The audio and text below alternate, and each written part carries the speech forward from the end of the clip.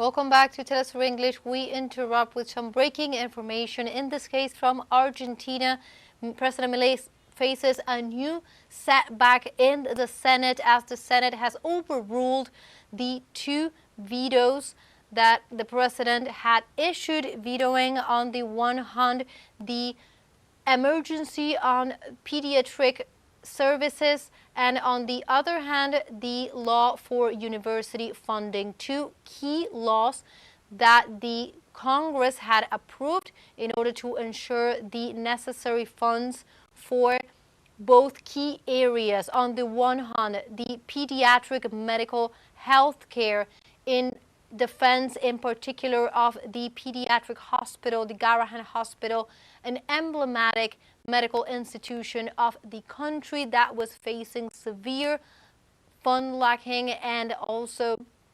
undersupplies and many protests from its workers, its staff, of needing the extra funds that the government was denying.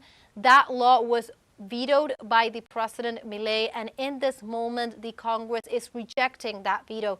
Also, the other law had to do with the funding for higher education, for universities, another key, very sensitive topic to Argentinians in general, the possibility of funding the universities. And as you are seeing on screen, both projects were approved by the Congress. This means that the veto of President Milei at this moment is out of effect because the Congress, legislative power of the country, has insisted on these laws that need to continue to be in place. This happened, the similar thing with the disability pensions just weeks ago. This is just one more legislative setback, one more setback in general for the presidency of Javier Milei that is already facing a very critical situation in terms of the